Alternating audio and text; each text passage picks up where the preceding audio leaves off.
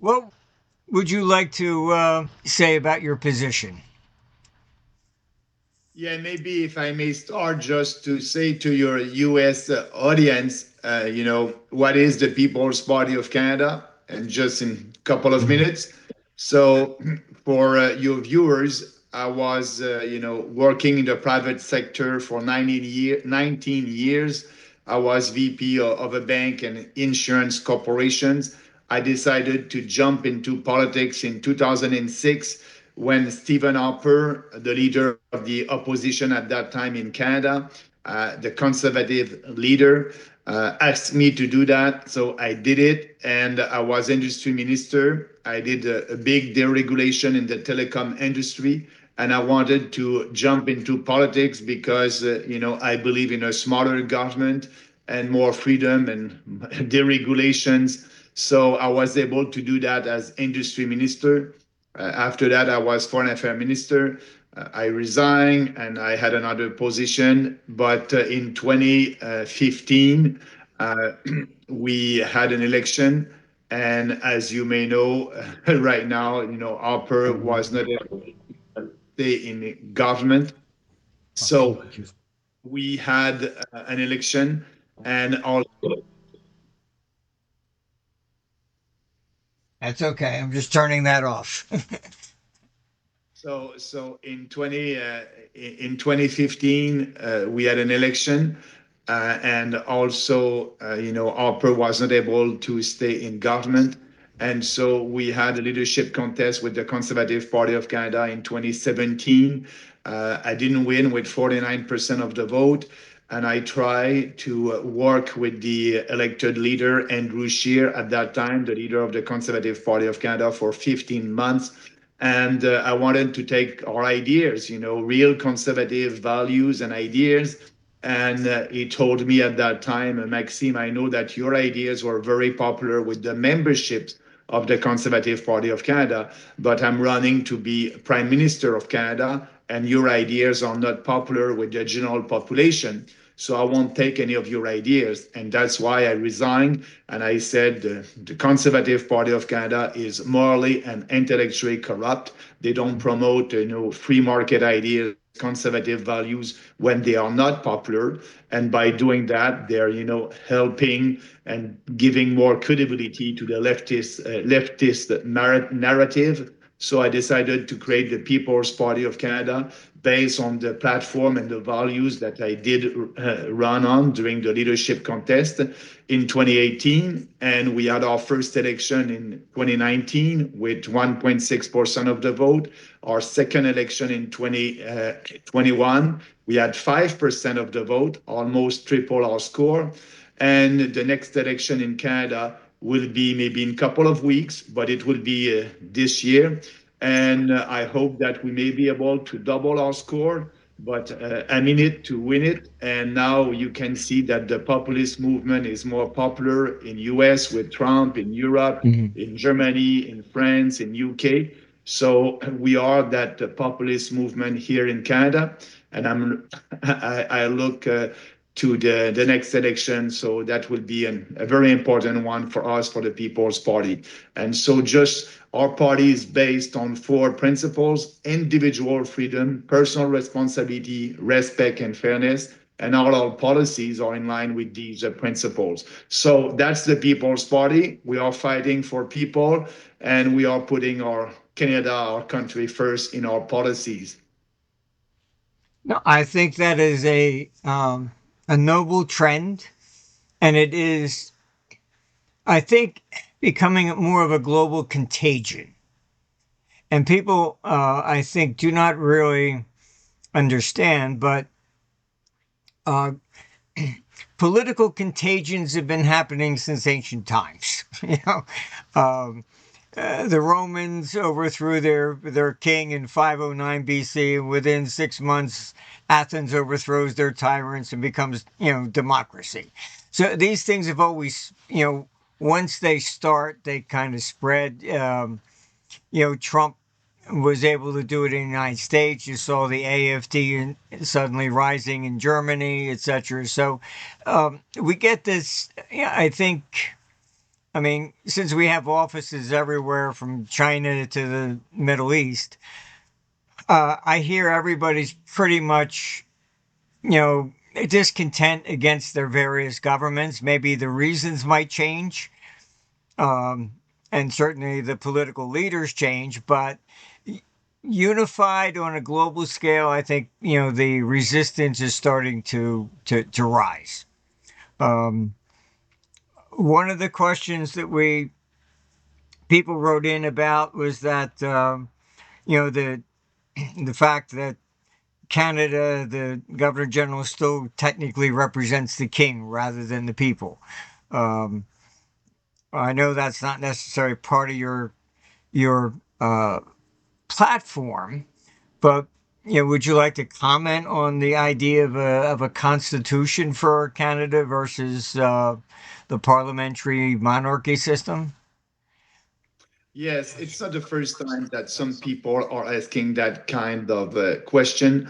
Actually, I said we have a constitution, but the problem is not the constitution. The problem is our politicians, is the Mhm. people that we elected, and so yes, the king officially is the head of the state, but it's the king has no power. Right. Uh, we can. I don't like that fact actually, but to change that, we will need to reopen our constitution in Canada. We will need to have constitutional negotiations that will take time, and so we don't have time for that. We need to fix our country right now.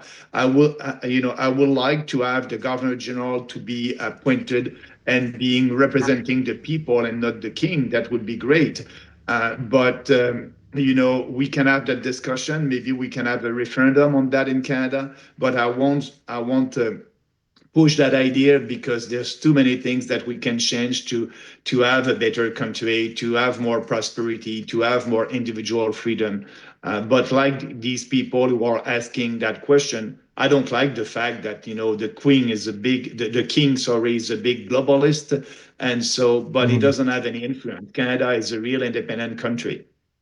Yes, I mean that's for sure. I mean, I think King Charles has been really infected by the WEF and everybody else that's pretty much over there. But I understand that Pierre uh, tends to lean more on the globalist side. I mean, he doesn't want to exit Ukraine, the WHO, or the Paris Accord. Um, and I think that is a problem. Um, that we really have to be more independent and knock off these ideas that are being propagated from a central command, really, in Europe. But so I feel that there are other questions people have talked about restoring the actual vote for the Senate. Um, and one was that would you support a recall of politicians that say I'll run for one thing and then when they get in they do the opposite. Um, I mean that's another question that's come up a lot, and uh, then we have people that are also talking about the right to have guns. Um, then let's see. Other ones uh, we do have a law in the United States that if you accept any money from a foreign government, you have to register as a agent of a foreign government. And so the one question is like, would you prohibit people from having like positions in like the WEF or something like that, and simultaneously being a politician in Canada? Um, I like Martin that question because also people are asking me, Maxime, to be the Prime Minister of Canada. Why not having only one citizenship? Because right now, as you may know, Mark Carney is running to be the leader of the Liberal Party of Canada. mhm. We'll know that this Sunday officially. and he said that he has the citizenship UK and Canada, and he want to get rid of UK and being just a citizen of Canada, having one passport. But for me, that's not so important, because look, Justin Trudeau is a Canadian and he has only one passport, and he's the one who destroy our country with the woke ideology, big Mhm. deficit. He's the one who did all the bad things that we are in right now. He's the one who did impose vaccine passport on us during the COVID hysteria. So and he was a Canadian, and so only a Canadian, only one passport. The most important is the people, and the recall legislation, that would be great. But what I'm telling to people, to Canadians, is the People's Party is based on a one platform. We don't change. We don't do any polling and focus group at Mhm. every election to have a new political part, a new political platform.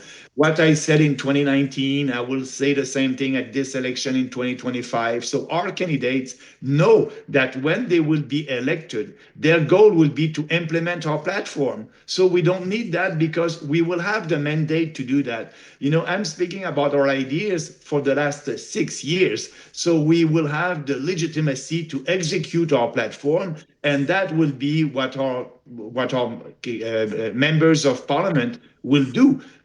So you won't need to recall them, because they will do what we told you the last 6 years. What we will do, it's all Mhm. out there, it's all public.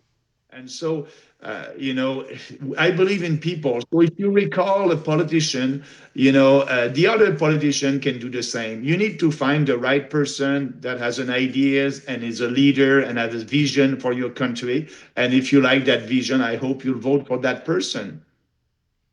Um, and other questions have come up about uh, largely that our computer has been warning about breaking up of Canada, United States, Europe, etc. Um, I think a lot of it is also because things have changed over the years. For example, when they created the Federal Reserve, there are 13 branches. Why? Because they used to respect regional differences. And so each branch had interest rates that were different. They'd all, wasn't one policy fits all. Um, and that largely came out because of the 1906 earthquake in California, and the insurance companies were on the East Coast, so the money moves from one side to the other. And uh, when they created the Federal Reserve, the uh, design was actually quite correct. The banks did own the Fed, but the Fed was supposed to be a bailout for them, so it was more like an insurance company that they were paying into. Um, the bonds that it was supposed to buy to help stimulate were only private, not government. So it was only after World War One, Congress said, "Well, we have to issue a lot more debt," so they instructed the Fed to buy government bonds. Then they never put it back. And then when Roosevelt came in, he revised everything, and then because he wanted to get his New Deal through, he usurped all the power from all the branches and made it one interest rate from Washington that he controlled. Um, and I remember back in the 80s in Canada, you had real estate speculation in Toronto, and so the Bank of Canada was raising rates um, because of that, while they're simultaneously putting farmers and miners into bankruptcy in the West. So we have these regional differences. They exist in the United States, they exist in Europe, they exist in Canada. Um, so this centralized control, which I think, largely since the Great Depression, a lot of governments think that's the norm. And what I'm trying to point out is that's not the norm. Okay. We, this, so a lot of the questions I have is they have come in about, um, if this is not resolved, what do you think about Canada, the West breaking up from the East? You have a big point on that. And yes, the geopolitical landscape is changing very fast with BRICS and US and Europe, and I can see that, now people are speaking for on maybe a new kind of international monetary unit. It's only the beginning. I'm not the expert on that, but I'm looking and I'm reading what you wrote and people like you. So the challenge that we have here in Canada about that is, we have the Bank of Canada, and what you described about the Fed, it's the same here in Canada. Mm-hmm. The Fed buying Canadian bonds and creating inflation, printing money out of thin air. And that's why we have that inflation. And that's why also after COVID, we had inflation in Europe, in US, and everywhere. The central bankers and did the same in every country, printing money to pay for big deficit. My solution here in Canada is, we need to balance the budget. There's no free lunch. We need to balance our national budget as soon as possible. We can do it by cutting, and I'm not, I can speak about what we will cut: foreign aid and save billions of dollars, Mm-hmm. corporate welfare, subsidies to businesses. We are able, if we are serious, to balance the budget in 1 year. And at the same time, if you do that, the Canadian government is at every 5 years signing an agreement with our central banker, the Bank of Canada, on the goal, the interest rate, inflation, sorry, the inflation goal. So, and now the Bank of Canada, like the Fed and other central bankers, they have 2% inflation. That's their goal. They want to depreciate our money by 2% every year. And they're doing a good job. It's better than that. And so we can tell them having a new, inflation goal, and it must be 0%. So if you balance the budget and have surplus, and you are able after that to lower taxes, I don't want to lower taxes and by creating deficit. You need to balance the budget, surplus, and after that you give that to the people. But if you do that, you'll be able to have a new agreement with the Bank of Canada for a 0% inflation target. That will help. Yes, maybe our dollar will go higher, but our import will be cheaper. But that's, for me, I think it would be better than having 2% inflation every year. And right now, the real inflation rate, it's about 5%. You said that before in another podcast, that in the US they are playing with the numbers and the formula to have the inflation rate and the consumers inflation, and they're doing the same here in Canada. So really, it's about 5%. And what we had in the 19th century, when we had a kind of a gold standard, we had deflation at that time. So deflation for me is not bad. It's good for consumers. When prices are going down, your purchasing power is going up. So all that, it's happening right now. But I don't know what will be the final decision on that at the international. But I can see that Trump is trying to change things there, with the discussion that we are having right now with the tariffs. I think that his end goal is to bring back the manufacturing industry in the US, but at the same time, because the US dollar is the international currency used in international transaction, so for him, the US dollar is high, and so import are cheap, but US export are too expensive. So he will need to play with it, and I can see that people are bringing gold back in the US. And but I will be curious to have your point of view about all that. It will have an impact on Canada because, as you may know, our central bank here in Canada doesn't have any gold reserve. That may have a good impact if we go on a kind of a gold standard internationally. How do you see that? Well, um, the problem with a gold standard is that um, there's really two types. One where you have the currency that will be converted into gold, but gold is not fixed. That's why Bretton Woods collapsed. It was fixed at $35 in 1930, really back in 1934. The economy grows like a child. All right. So, you eventually they were forced to raise it to $42, and it has to float because the economy does grow and things change. So it can never be just a fixed rate forever because it will always fail. Because things just change as we move. I mean, like the internet has replaced a lot of local stores. Um, there you have this what Schumpeter called a cycle of creative destruction.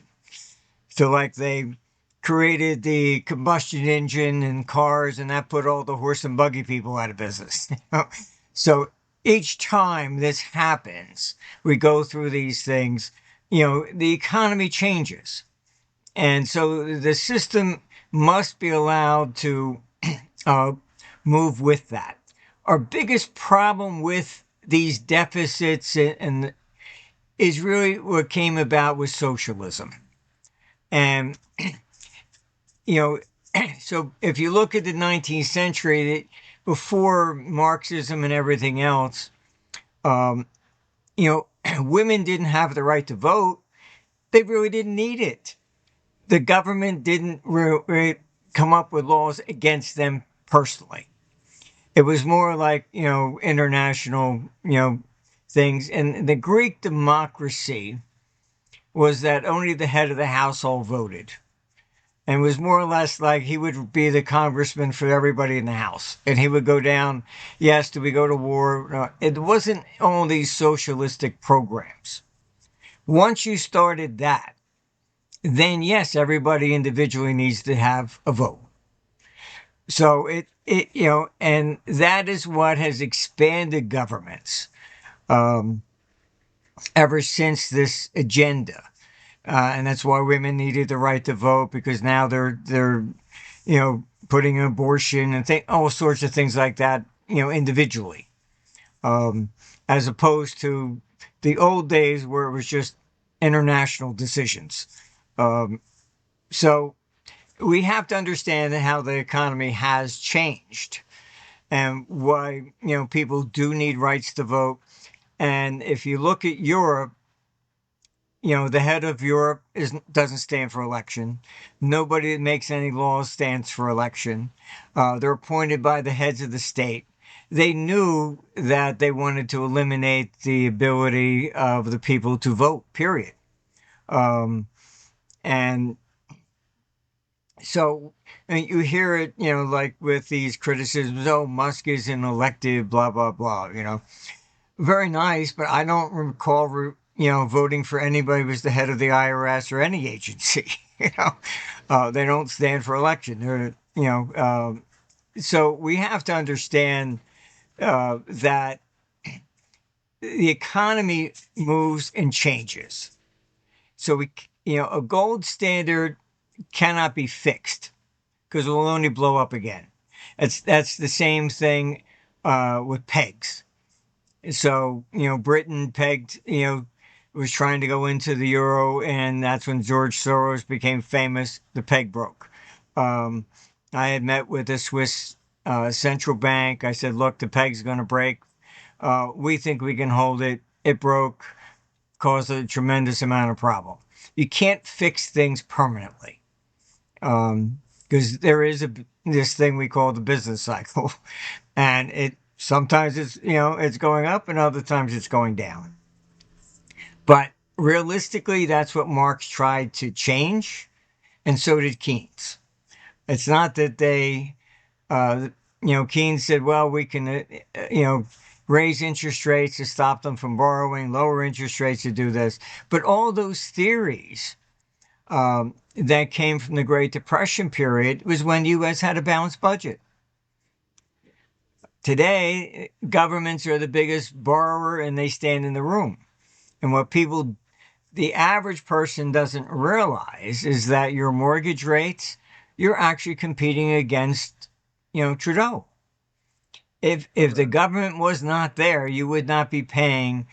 You would be the AAA because you would be the best thing to lend to because you actually have collateral. Whereas government, if they default, you get nothing. You can't go down to the local art museum and start taking Picassos or something. So um, I think the biggest problem is that a lot of the political parties, they have forgot how to run. So you take the Democrats in the United States, it's vote for me and I'll give you this.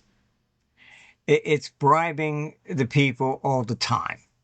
It's never about vote for me because I know how to run this system better than he does. I'm more qualified. That's never those days seem to have been long gone. So I do think the political systems globally are going to have to change because of this problem. We're going to have to get back to the good old days, so to speak. And actually, that's why, it's when I'm telling Canadians that we are doing politics differently, for me, it's not a slogan. That's the reality. Because, we think that the population has been manipulated by the leftist media. And we are there with our strong vision for this country based on free market ideas, Hayek, Mises, and nice ideas that we know that they are working. So it is not popular when you I said to my candidates, sometimes they came, "Oh, we must do that, we must do that, we must have a policy on that." I say, no, no, focus on our policies. That's our Mm, platform. And if somebody wants to come in our party and change the platform, you know, they won't be able to do that. You must go and create your own political party. But when I started to speak about, the problem with mass immigration in Canada in 2019, that was not popular to speak about that because the problem was not so huge at that time. But I was able to see that it will become a huge problem if we don't fix that. And at that time, I said we need to have a maximum of 150,000 foreigners coming to Canada every year. And they were saying, "Oh, Bernier, we don't want that. You're racist." And 5 years later, with all that mass immigration for a country of 40 million people, when you have more than 1.2 million foreigners that are coming to our country every year, that's mass immigration. And now we have the problem of housing and the problem in also our purchasing power is going down. We have more people coming to our country. The GDP is growing, but the GDP per capita is going down. We have too many people coming to our country. And so I said we need to have a pause, a moratorium for a couple of years. And now nobody is saying that I'm racist because I'm saying that. So that's the way mm, for us. We see a problem. We are speaking about the system. So I said to people, we are, yes, a political party, but also a little bit of a think tank. We're trying mm. to inform and educate the population. And I think that that's the future. And when you do that, you have more credibility as a politician because people can go on YouTube and Twitter and see a tweet that I did 5 years, 6 years ago, and I'm saying the same thing today. So you gain, credibility by doing that. And I believe that is, and with everything like you said in the beginning, in other countries, Trump he started a revolution in US, in Europe, everywhere, and we are part of that. So I think that people will look at us saying, okay, I believe in this guy. They are saying always the same. They seem to have the real solutions. And our time will come as a political party. But for doing that, you need to be a little bit patient. It's our time will come, but it can take maybe to do that kind of a revolution. You won't do that in a one election. So that's why I think that this election that is happening in Canada for us will help us to grow our influence, our percentage of the vote, and being more influential with our ideas. Well, I mean, our computer looks at basically the whole global economy, and it's we are over the next 8 years. You are seeing a rise in this discontent. Um, like the German elections, they were like shocked that, oh, this fringe party AFD comes in second. Um, but I have a lot of friends in Germany, and they're same thing about the migration. One has a 13-year-old daughter and will not even allow her to walk, 2 blocks to the bus stop anymore. This is horrible. Um, and another one took their child out of school in Britain because out of the whole class, there were only 3 that were Britain. Brits. I mean, it's and then the others make fun of them. So uh, you have to understand. I mean, when uh, everybody came from Europe to North America, basically, really the smartest and the ones with the most courage came here, um, and that's why America was very isolationist. Didn't want to get involved in World War I or two. And there was an old even documentary. FDR was in Boston trying to get to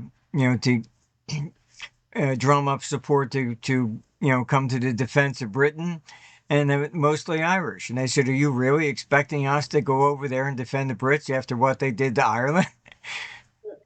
So you see these things a lot, and one of the other questions that was sent in is about Trudeau repealed the what you would call the propaganda um, prohibition about the press. Um, we had a similar thing in the FCC, which was repealed as well, and so we now have um, fake news basically everywhere. Um, and it's hard to find any news, mainstream news that's the truth about anything.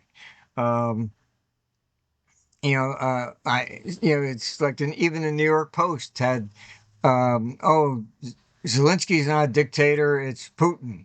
Well, Putin actually had an election. Zelensky has suspended all elections. I mean, Them. Oh, yeah. we never suspended elections during World War I or two. Neither did Britain. Yeah. um, so it just gets to be very, you're putting out things that it seems as though uh, I would say investigative journalists are an extinct, species anymore. It's um, it's very, just look at most of the stories on Ukraine. The source is ISW, which is Institute for the Study of War, which is Victoria Nuland's sister-in-law. Um, and on one hand, they go, Russia's weak and we can go in and take it in 3 days. And then the other one is like, oh, they're so strong. If we don't defeat them, they're going to take all of Europe. So which is true? You can't have both at the same time. Um, so, this is the problem. The press doesn't really come up with anything that's legit anymore. So that's why many people are looking at, podcasts and things of this nature, and they're getting their more information from the internet than ever. I saw the latest Gallup poll and on the press, and they fell to 31%, which was below that of even Congress. Uh, so a question that quite a few people wrote in: would you promote basically reestablishing that law, making it a criminal activity to report something that they know is false? Yeah, that actually it's worse in Canada here because with our mainstream media, there's the I must say like that the arms of the government, the propaganda arms of the government. The federal government is giving about $2 billion to all these mainstream media. We saw that during the COVID hysteria. You had only one narrative, and now it's the same thing here. You have the one narrative about, for example, the tariffs. That Trump imposed on us 25%. The narrative in Canada is we must retaliate it. We must impose our tariff, counter tariffs, 25%. And Trudeau did it. And he said, I'm doing that, because, we must protect our country. We are a sovereign country. But there's nobody in the mainstream media, almost nobody, who's saying, Trudeau is imposing taxes on us. And Hmm. that will worse the situation. That's the reality of a tariff. Nobody is there to explain that. They're playing with emotions, and people are behind that with the mainstream media. So it's a little bit sad. Same thing with you spoke about Ukraine. Yes, here in Canada we have the Polyev, the leader of the Conservative Party, and Trudeau. Both of them, they want a war in Ukraine, Hmm. and you have a solution, a peace solution that is out there with Trump and Putin, and they don't want that. But for the good of Ukrainians, and we need to end that war, and we need to look at the history of that war, and knowing that Ukraine must not be part of NATO. Ukraine must be a neutral country. But all that fake news, not fake news, but disinformation is out there. And the way to deal with that for us is to cut all that funding. And if they're not able to survive because of that, they will go bankrupt, and that would be it. And I count on social media. And Trudeau did have passed legislations to try to control social media and Hmm. podcaster. So our position in politics is to repeal all that. The internet must be free, and that's what we need to do. But actually, with the mainstream media, you're right about saying that podcasters are more, they're gaining more credibility, and Hmm. more people looking to the social media for their news. And Robert F. Kennedy Jr. did his campaign with social media. Actually, Trump did a lot of podcasts and was out there. So for me, I'm a little bit disappointed as a politician that I don't have any visibility in the mainstream media in Canada. But in a sense, I'm with you today, and I'm with other podcaster, and I'm very active on social media, and I know that the growth is there. So our time will come. Yes, I mean, mainstream media is um, it's just become propaganda. Exactly what uh, actually Stalin said. It's the greatest tool to to create the revolution, and but they've just lost so much credibility on just about everything. I mean, I think their stance on COVID was indicative of. I think that was maybe the final nail in their coffin. Um, and it they just seem to be going that way. Um, Certainly in Europe and over here in America and Canada, and in Asia. And I think we need laws to. Um, I mean, promoting war. And when Zelensky first ran for office, you can look at his promises were peace. The death toll of Ukrainians was 13,000. It's now 1.1 million. And um, he doesn't care about his country. He takes his orders from basically from NATO. Um, and this is why you're seeing when Trump's saying he's going to cut off all the war, all the funds, and now intelligence. Europe is stepping up because they want war. And the reason they do is because their economies are failing.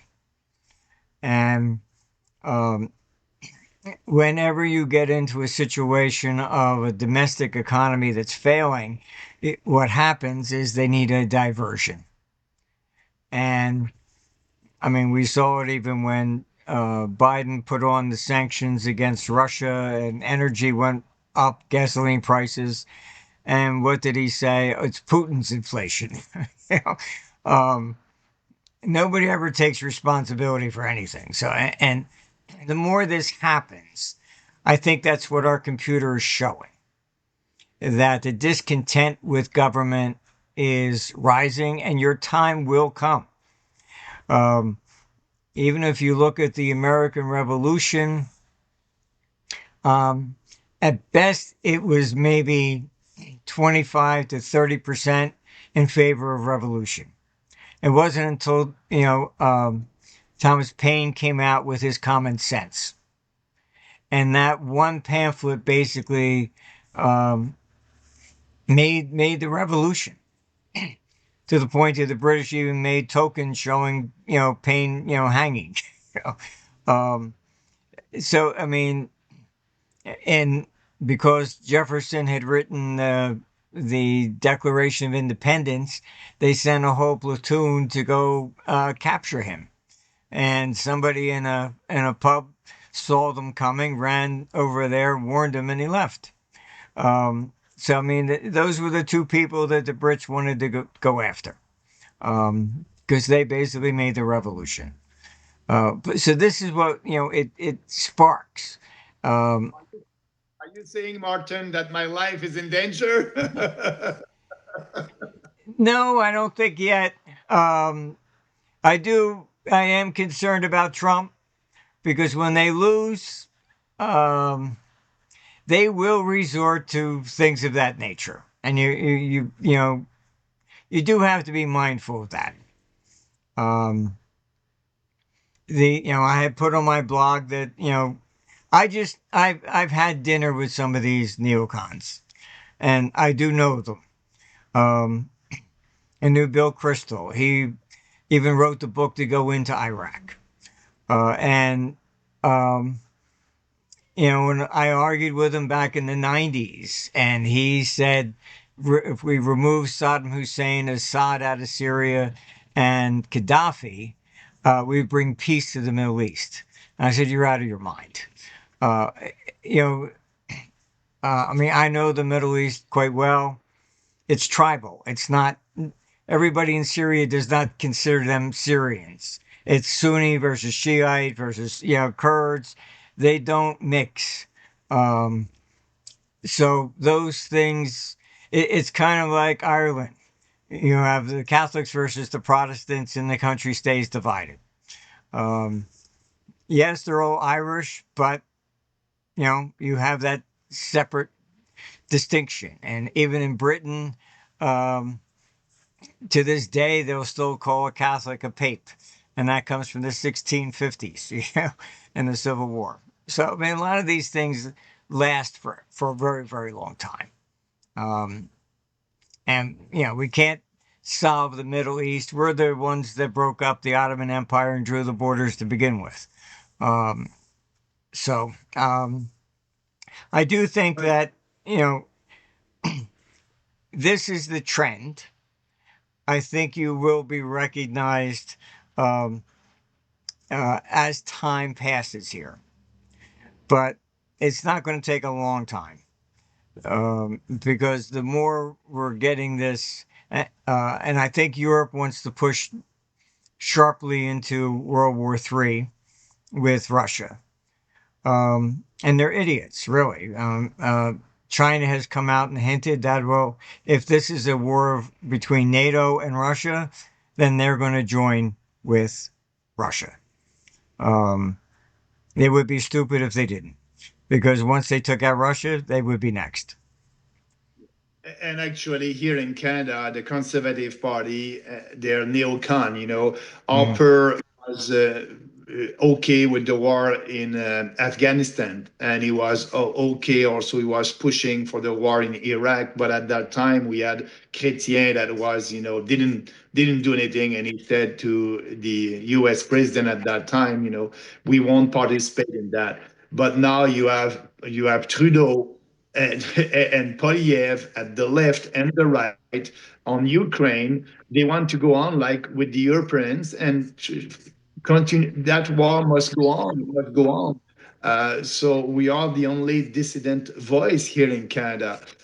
It's crazy. You're right about that. I fear that may start a third world war, and that would be very dangerous. So, are you telling me that you can see that in your computers, and it can be a real possibility? Oh, yes. Actually, at our 2011 conference, I had put out that the war will start in 2014.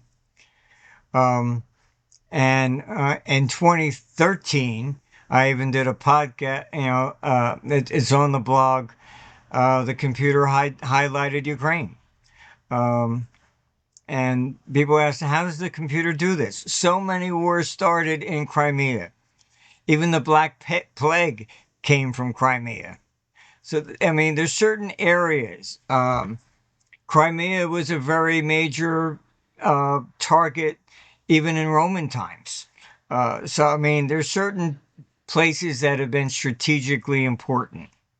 Um, and these things have been going on for a very, very long time. So, the computer just looks at this stuff. It's been able to forecast um, all these political elections correctly.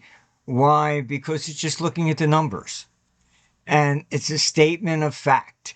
Whoever is in power, and if the economy turns down, they get blamed. Like Herbert Hoover, he just got elected in 29. He didn't cause the Great Depression, but he's the one there. Then they name him Hooverville, etc. Um, this is just the way it works. And with with war, what I can tell you is this: uh, when I had created my computer, it was mainly for trading. I didn't think about wars or something like that. And we had one client in Lebanon, a major bank there, and they called up and asked if we could create a model on the Lebanese pound. They had all the data back to the mid 19th century. I said, sure. We stuck it in. And what came out, it said their country was going to fall apart in 8 days. I thought there was something wrong with the data. So I called them. I said, look, the data's got to be bad. It says your country's going to fall apart in 8 days. Very calmly, they asked me, well, what currency does it recommend? I said, well, the Swiss franc. 8 days later, the Civil War began. And over time, what I began to understand, because it did the same thing, had a client with called me on the phone and said, Iraq's going to start attacking the Gulf shipping tomorrow. What do you think gold's going to do? Russia, we came out and it became more famous with that one, saying it was going to crash, and that became the long-term capital management crisis. What it is, and what I've seen over the years, is that the capital begins to move because somebody knows. So that bank called me not for the forecast, but for the timing. Okay. They already saw the money moving. And that's why they came to us and said, could you build a model? So they could know when, okay, not if. And so right now you do see this unfolding in Europe. All the gold's leaving London, Switzerland, it's all coming over here. You're seeing the capital flows coming in. They know war is coming. You have all these leaders up there beating the war drums. And what happens with war is when that first bullet is fired, they put on capital controls. If you look at World War I, they shut down all the European stock markets. So smart money understands this. And when you start threatening war and things of this nature, and the politicians don't understand what they're saying, but they stand up and, oh, we're going after, Ukraine, whatever. The smart money goes, I better get the hell out. So there are other implications to this stuff, and that is partly why the dollar is has been a strong underlying trend to it, because the capital comes here. And in all honesty, in Canada and the United States, if it hadn't been for World War One and World War Two, we would all still be a bunch of farmers. That money came here. We created the Industrial Revolution that really put some oomph into it. Um, and by the end of World War II, the U.S. had 76% of the entire world gold reserves. So it was Europe blowing itself up that caused their own demise. But do you think that the money that or gold and money that is going to the US, actually also we can see that the US is broke with these deficit and huge debt. So how do you explain that people will still have confidence in the US dollar when we know it's unsustainable, so something must happen, but they are still buying treasuries, and but also are you saying that they're buying gold also, or to preserve their wealth? It's all assets, real estate, things of that nature. I mean, I'm in Florida. I still get like 3 calls a week. Do you want to sell your house? Um, the U.S. will be the last to fall. Um, all governments are in the same situation. These Ponzi schemes, there's deficits going on, etc. What happens? How do they default? They Inflation. default when the line at the door isn't there anymore to buy the new debt. So as long as you can keep selling the new debt, the can keep going down the road. It all comes crashing down when you can't sell the new debt and then you can't pay off the old. That's when the default comes. And when you can sell the new debt, it's when you have inflation also. It's also international. So Okay. as Europe is blowing itself up, that will give North America more time because Okay. the capital comes here um, because they are just going insane. Um, so we can't look at this just as a domestic issue. There are international implications that affect our domestic economies as well. So if there was no war, then yes, you're looking at the inflation, you're looking at the domestic issues. What's the central bank going to do next? But when you're talking about international war, that changes everything. As I said, we would still be a bunch of farmers if it wasn't for World War One and Two. That brought all the money over here, and that's really what made the United States successful. Um, because we made all the guns, the weapons, the armament, you know, um, all this, DuPont. They used to call him the uh, angel of death because he made a lot of the bombs and things of this nature. Um, so it's right now we're in this international problem with Europe um, because they are all um, beating the war drums, and they know that they are in trouble. Um, and when they were forming the euro, they came to me, and I sat down with them. I said, "Okay, fine. This is how we create a currency." And what really happened was that Helmut Kohl, who was the Chancellor of Germany at the time, he did not allow the German people to vote on joining the euro. He just took the country in unilaterally. And his concession was that they could not consolidate the debt. So, as a trader, before the euro, you would buy the Deutschmark, sell the Italian lira, or whoever you thought was good or bad. And I warned them that this is going to fail. Unless you consolidate the debt, you're not changing anything. Because what will happen is that everybody will have their own interest rate, the same as 50 states in the US and provinces. And what happens is that you'll never have a unified interest rate, which they were promising. And secondly, the volatility that was in the foreign exchange, they just moved to the bond market. So I buy the bonds and I sell the Italian. They didn't change anything. This is the problem. Um, And if Margaret Thatcher at that time was right also. She didn't want to participate in that. Yes, yes, I was friends with Maggie, and she was one of the smartest politicians I think I ever dealt with. She understood it right away. Um, and that's why they staged the coup to get rid of her so they could go into the euro.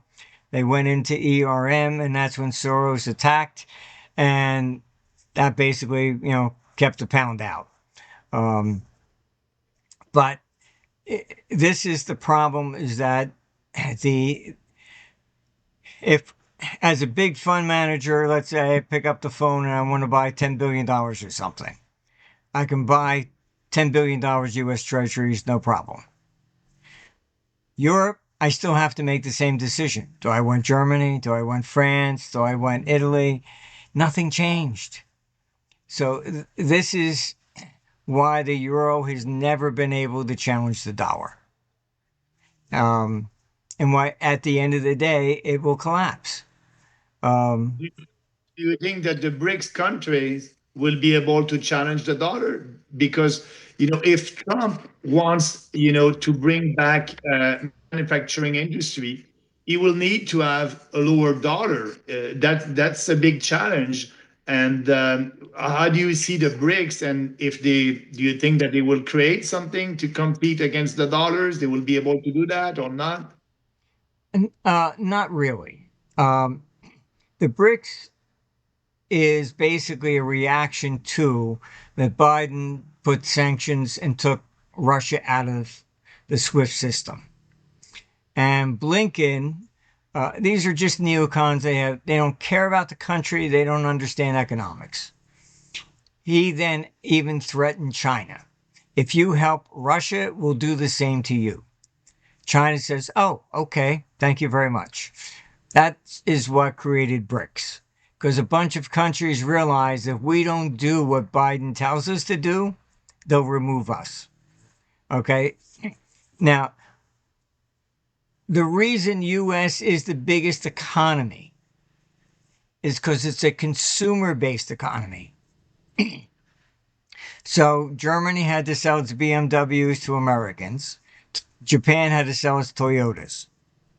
That's the strength of the dollar. It's not gold. It's not anything the government does. It's that everybody needs to sell something to America.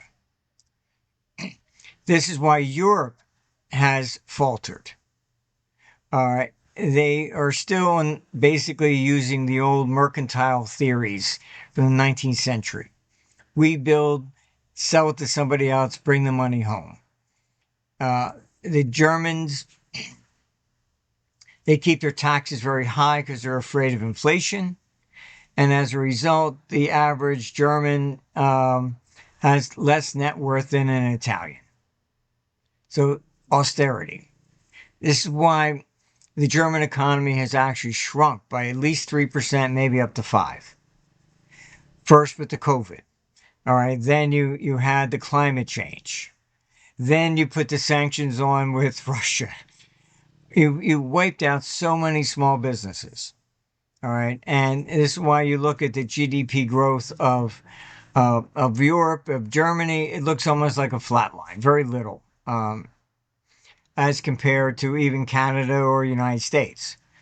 So this is the real problem. Now, China is very smart. I can tell you back in 1997, I was asked to come in by the Bank of China for the 97 Asian currency crisis. So I went there to go, I wanted to go see the Great Wall. So I thought I was going to have to just meet with a bunch of bureaucrats again. And I got there and I was very surprised because everybody I met in the bank were had trading experience.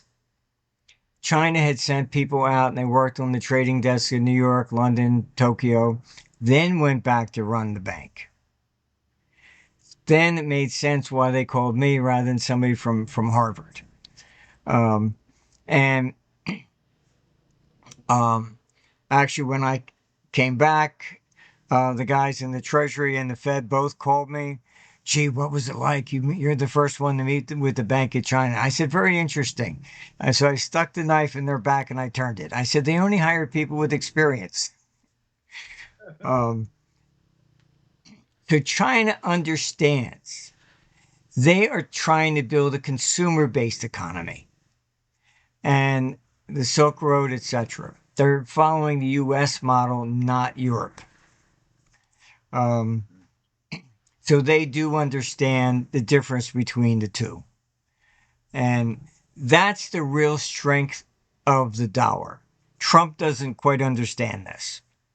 Um, I did testify before the House Ways and Means Committee, I think back in 96. Um, and I was between Bill Archer, who was for a retail sales tax, and Dick Armey, who was for a flat tax. And I was sitting, I tried to get the two of them to sit down. The three of us would go to dinner. No. And I said, I was in Dick Armey's office. I said, why? He says, look, if I went to dinner with him and you, they're going to think I'm compromising. And Dick said something at that meeting which resonated. He said, Marty, you know cycles. And he says, we'll never get the 16th Amendment repealed, which authorized the income tax. He said, when the Democrats come back, we'll have both. And I looked at him, I said, Dick, you know, you're right. Um, Now, in Canada, you could eliminate the income tax. Yes. All right. If you did, just that's what the founding fathers of America had set originally in stone, no direct taxation. And if you did that, Canada would boom. You would get a lot more coming there. When I testified before the House, and I think Trump has looked at what I had testified about because he's coming up using the same number, interesting, 15%. And I said, look, we should lower taxes to 15% on corporations. And they said, why? I said, because that's what Hong Kong is. Everybody's in Hong Kong because of that. But the other question was, why no American company got any of the contracts on the Yellow River Dam to build in China? And I explained very simply, U.S. taxes worldwide income. Germany did not. So a German company bidding on the same project is already 35% cheaper. And this is what I mean. You have to look at international. And you're right about that, Martin, because our position in politics here in Canada to fix the problems is first, if you want to lower taxes, you need to have a smarter government. You need to cut a lot of spending, and we have the courage to speak about that, and you know, and we will do it.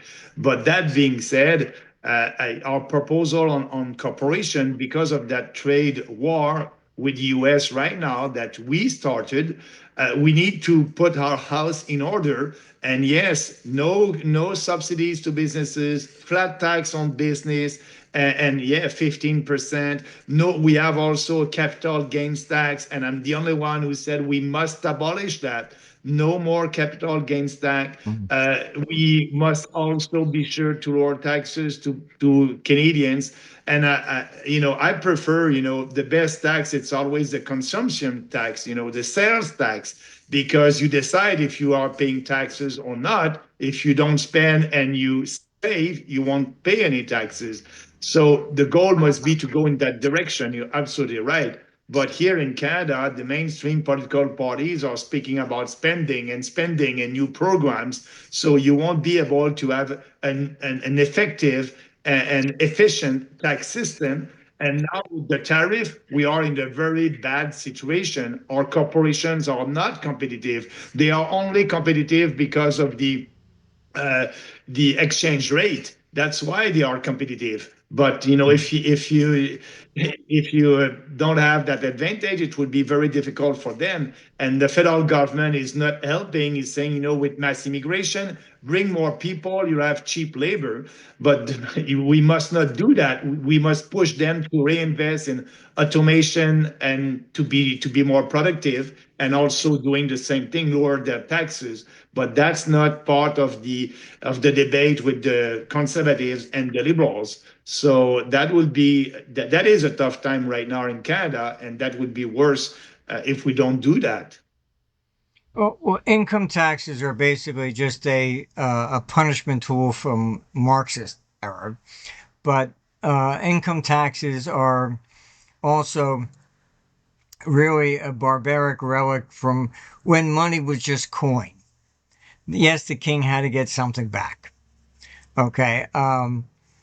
Today, with they just create money all the time anyhow.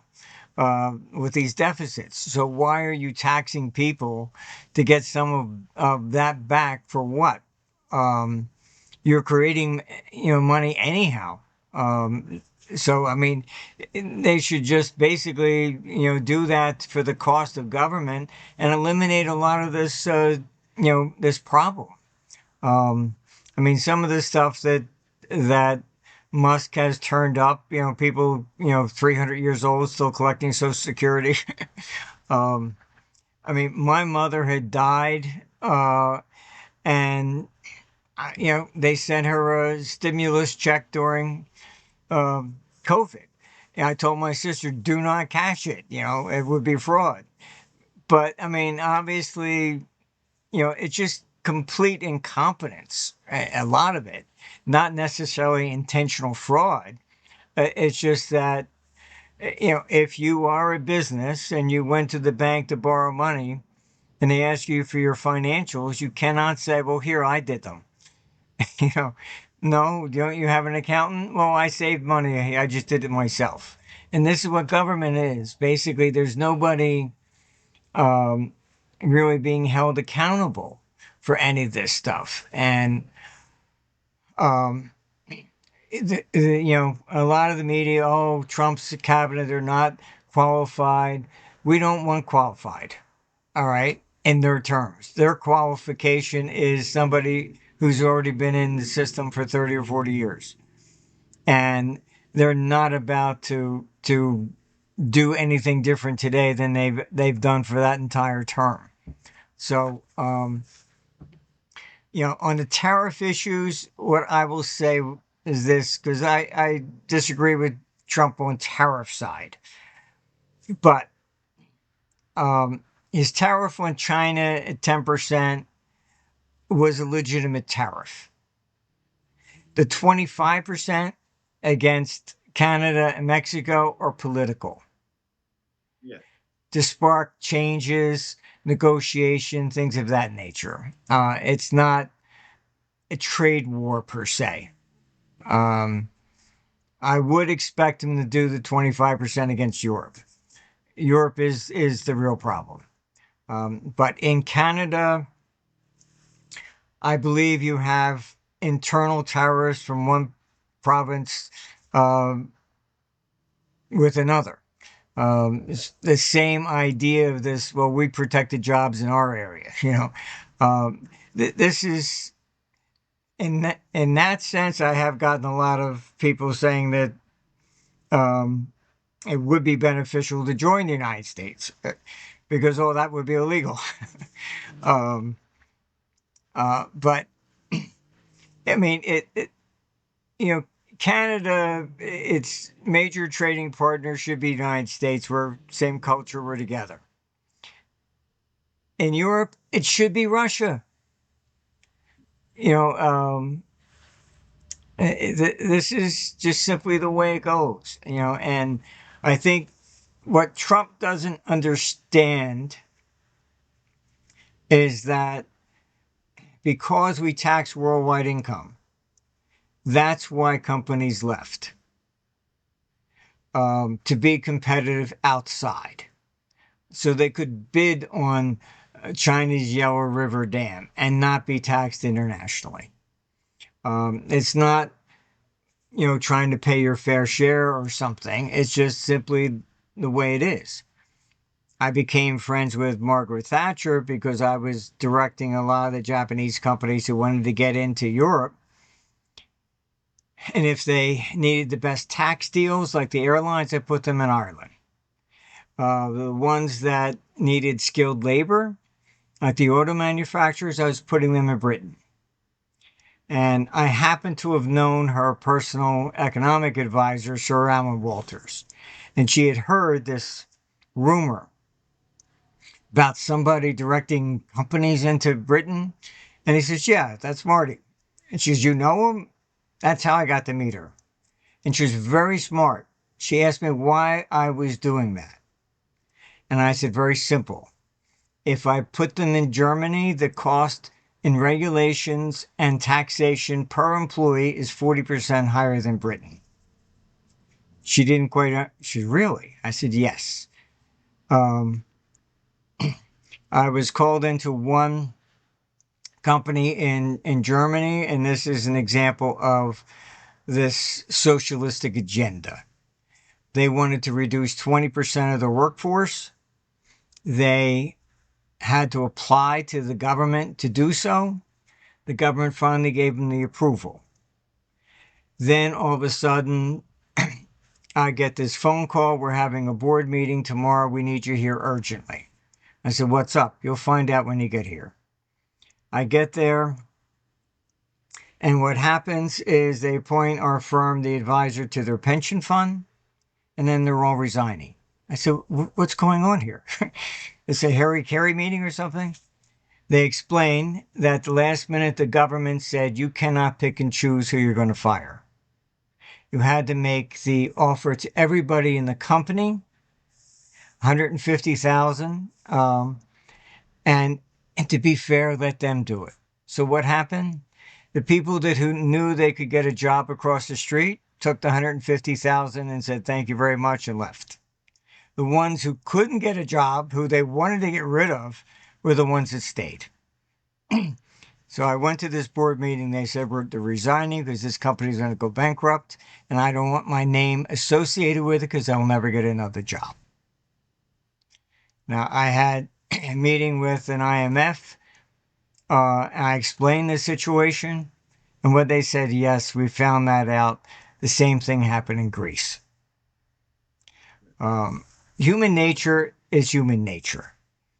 And, this idea of equality and no, sorry. We all have different talents. That's why we must promote, our position on that, DEI. We must promote unity over diversity, equality of rights over equity, and Yes. meritocracy over inclusion. So, if you promote that ideology, you will destroy the Western civilization values. It's against, the growth of our economy and the growth of our society. And when you promote people who are incompetent and just because of the color of their skin or their sexual orientation. It's stupid. But you said about regulation that are killing the economy. Here in Canada, instead of fixing our tax system, we are giving subsidies to big corporation, and subsidy it's not working. We need to work on our productivity, and the productivity of the Canadian economy is going down every year. So we have a big fat government, and like you said, provinces are putting trade barriers between provinces. Now, because of Trump, maybe we'll have a real free trade in Canada after more than 150 years, because when the fathers of our Constitution in 1867 decided to create our country, it's because they wanted to have an economic union. And we don't have that after more than 150 years. And now, because of Trump, there's negotiation between provinces right now that they will look at tearing down their trade barriers, and that's great. I must thank Trump for that. Yes, I mean it's that is part of our Constitution and the Commerce Clause that states can't do that.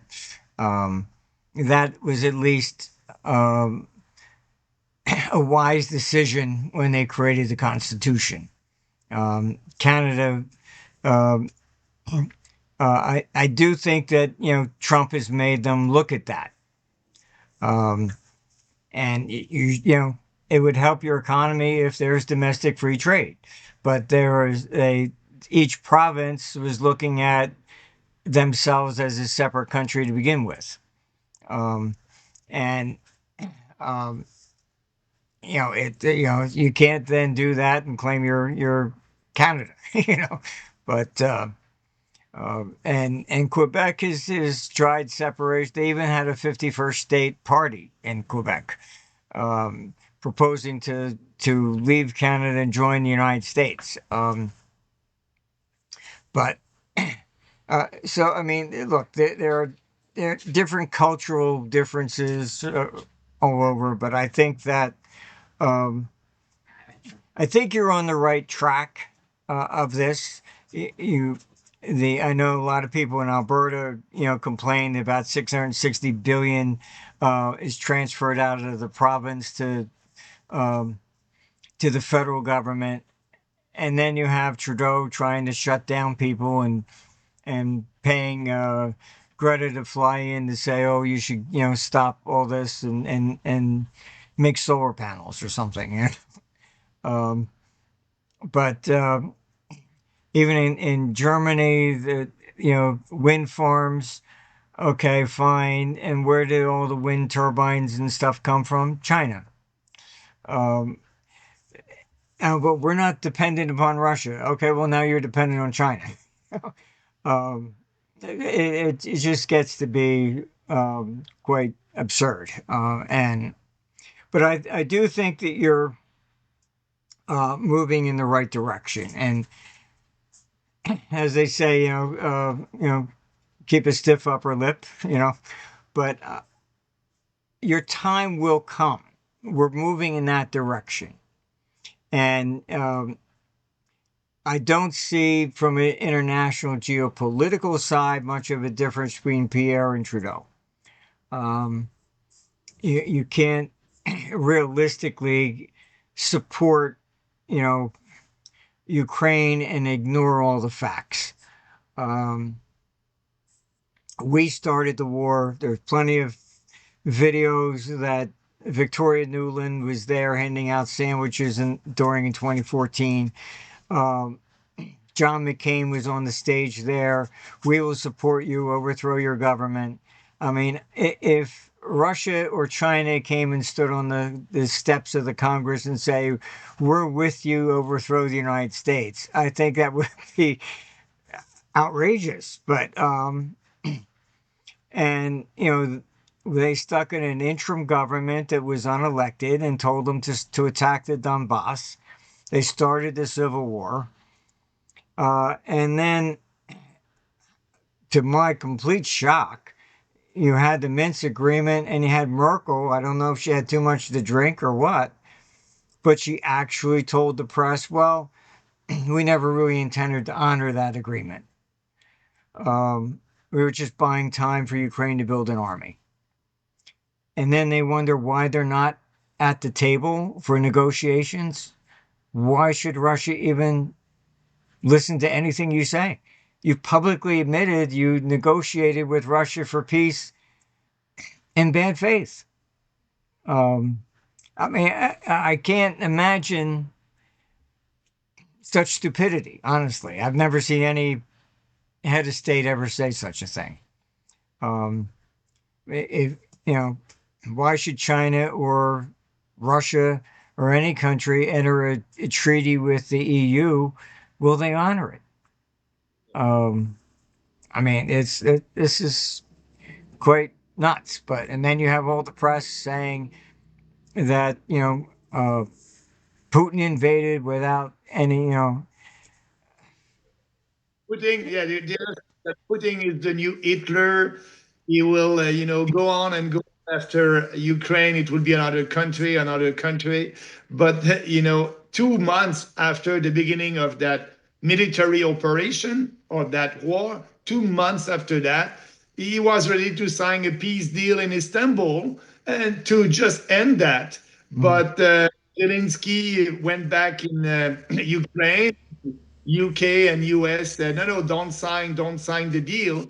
And now we are the same deal that was on the table 2 months after the war. It's coming back on the table with Trump. So, but how many debt, Ukraine debt, more than, a million. It's crazy. And we in Canada, Poliev and Trudeau, yes, we are pro-Ukraine and we want that war. When they're saying that they are with Ukraine, they are saying actually that they are with the destruction of Ukraine. Yes, look. Um, First of all, Khrushchev was born there on the border. He's the one that rebuilt Kiev after World War II in his political career. His successor, Brezhnev, was born there in the Donbass. This is why you have scholars in Russia questioning who's really Russian. Um, you know, Stalin was from Georgia. You know, um, so it, look, the Donbass has been Russians have been living there for hundreds of years. And then you have Zelensky deliberately trying to create war, outlawing their language and then their religion. You can no longer have Orthodox religion. You have to adopt Christmas as December 25th. I think if in Canada you tried to outlaw French, you would have the same situation of a civil war. All right, you can't just outlaw somebody's language like that. So it definitely seems to be intentional from what I can tell. Um, and we did have employees there in Ukraine. We had one in Kiev and we had one in Donetsk. And so I'm very familiar with both sides. And I can tell you that if you ever went to dinner in Kiev and you brought a bottle of Russian vodka, they would have smashed it over your head. And that was before the war. It just would have been an insult to them. Um, and largely because of propaganda that, oh, Russians caused they killed 7 million of us. If you really looked at it, Stalin's right hand man was from Kiev. Um, and he's the one that was in charge and he's the one that promoted it. He was Jewish, and basically the assumption is that why did he kill his own people? And the idea was that because the Jews were persecuted there, that it was his retribution. Um, so it's sometimes you just got to look at a lot of this stuff. I mean, it's more like the um, Middle East. It's very tribal. Resentments go back a long time. Um, But the Ukrainians were very. Um, they were even they shocked even the Nazis. They killed hundreds of thousands of Jews and Poles and anybody that wasn't, Ukrainian.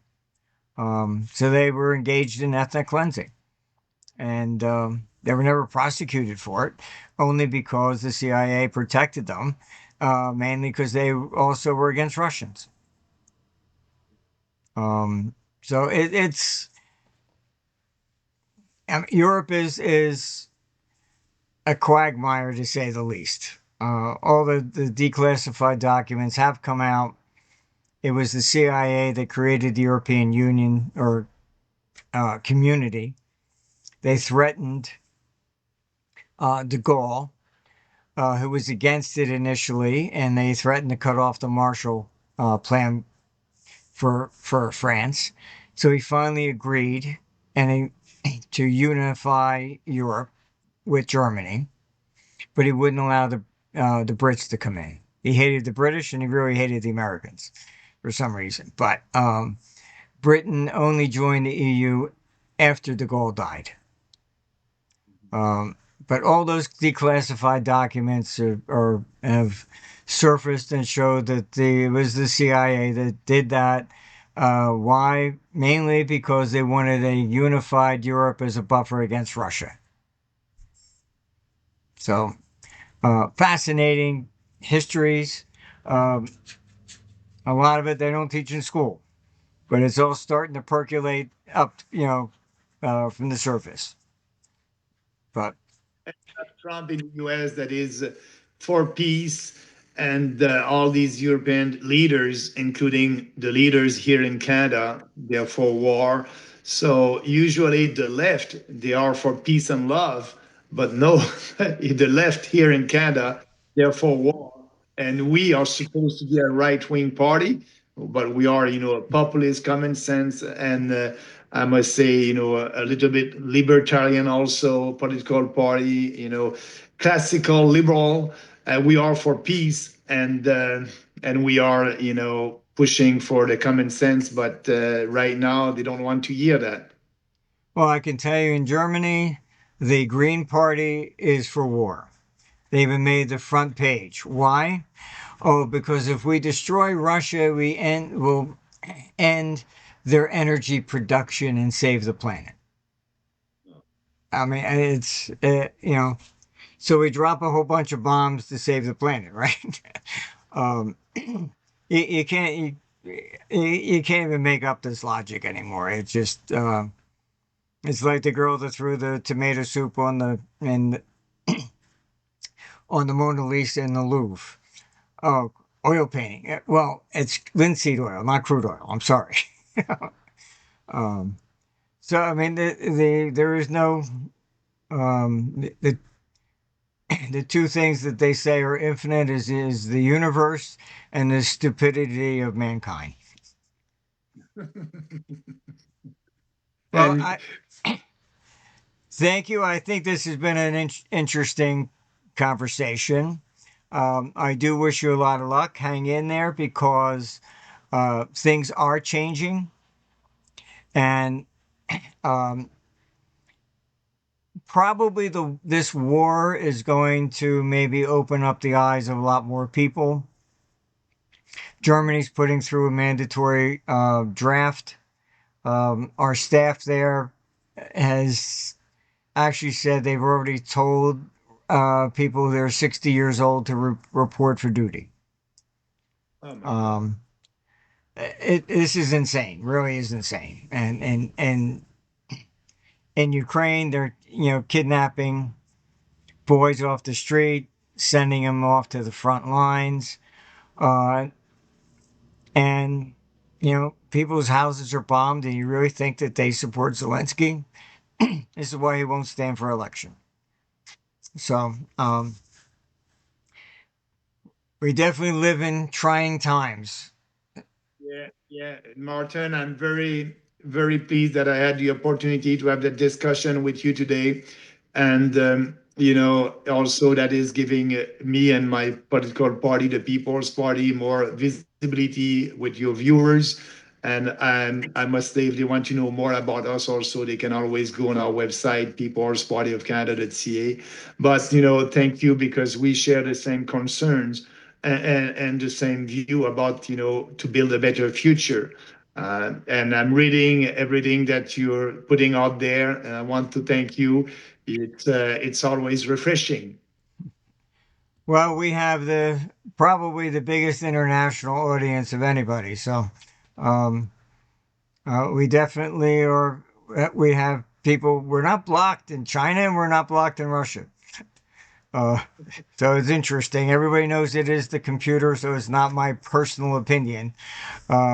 I just say, look, this is what the computer's showing. It picked Ukraine for a long time before, and everybody goes, how does it do it? It just looks at the numbers. Um, so thank you very much. I think this has been very interesting, and I wish you a lot of luck and hang in there because your day will come. I will. Thank you, Martin. Have a Thank nice you. day. Bye bye. Goodbye.